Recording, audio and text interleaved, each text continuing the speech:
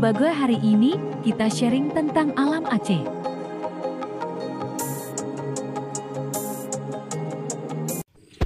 Nah, kalau anu min turun beri juga di kampung anu min ya minta getah rambung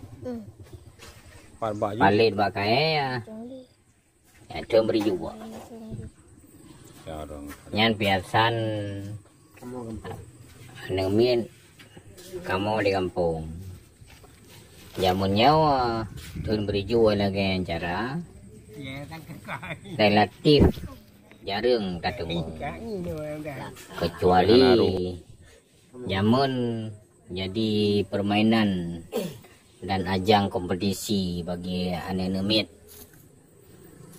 Jadi kalian iban cara turun beri juga ngan getah rambung, paling getah bahak kaya, culok barenang, ya kedua benar kaya ente idang, roh gerau na. Ikalan kiban cara kreatif anu min di kampung.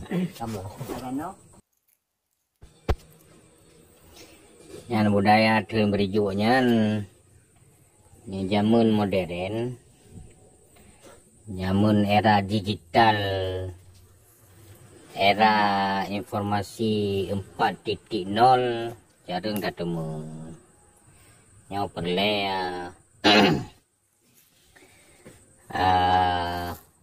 kreasi, inovasi dari katanya memandum supaya nemit baik laleng ngan api, belalengan mainan-mainan tradisional ala kampung, terutama di Aceh.